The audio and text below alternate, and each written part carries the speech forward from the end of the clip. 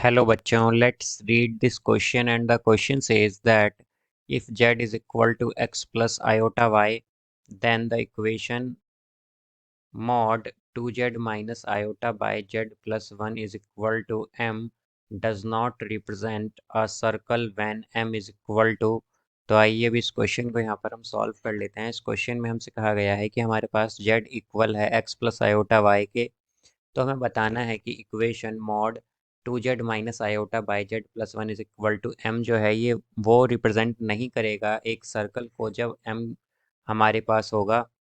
तो यहाँ पर बेसिकली हमें एम बताना है। तो यहाँ पर हम की कॉन्सेप्ट यूज़ करेंगे, concept that put z is equal to x plus iota y. तो हमें क्या करना है, बेसिकली z की जगह x plus iota y put करना है। तो इक्वेशन यहाँ पर हम पुट कर देंगे इस इक्वेशन में। तो क्या आएगा, 2 × x plus iota y minus iota by then x plus iota y और प्लस 1।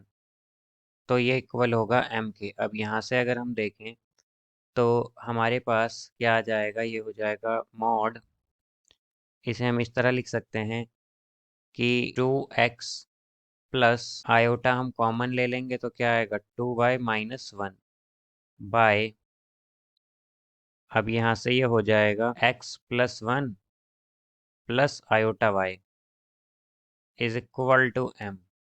तो इसे हम इस तरह भी लिख सकते हैं कि mod 2x plus iota 2y minus 1 is equal to m into mod x plus 1 plus iota y. तो यहाँ से अब अगर हम देखें तो ये हो जाएगा हमारे पास 2x square plus 2y minus 1 का square is equal to m square into x plus 1 का square plus Y square. Basically हम जानते हैं कि mod of X plus iota Y क्या होता है। हमारे पास mod of X plus iota Y equal होता है square root of x square plus Y square के।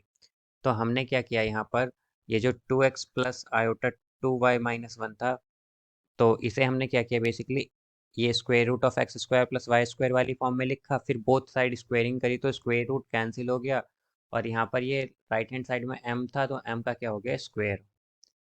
तो यहाँ से अब अगर हम देखें तो इसे हम लिख सकते हैं 4x square plus 4y square minus 4y plus 1, और ये इक्वल होगा m square into X square plus 2x plus 1 plus Y square के। तो ये हो जाएगा 4x square plus 4y square minus 4y plus 1 is equal to m square X square plus m square X square plus m square Y square और plus 2x plus 1 into m square, ये होगा यहाँ पर। तो अब अगर हम compare करें तो हमारे पास एक्स स्क्वायर का कोफिशिएंट क्या है, एक साइड है 4 एक साइड है m। तो हम क्या कह सकते हैं कि m स्क्वायर क्या होगा, 4 होगा हमारे पास।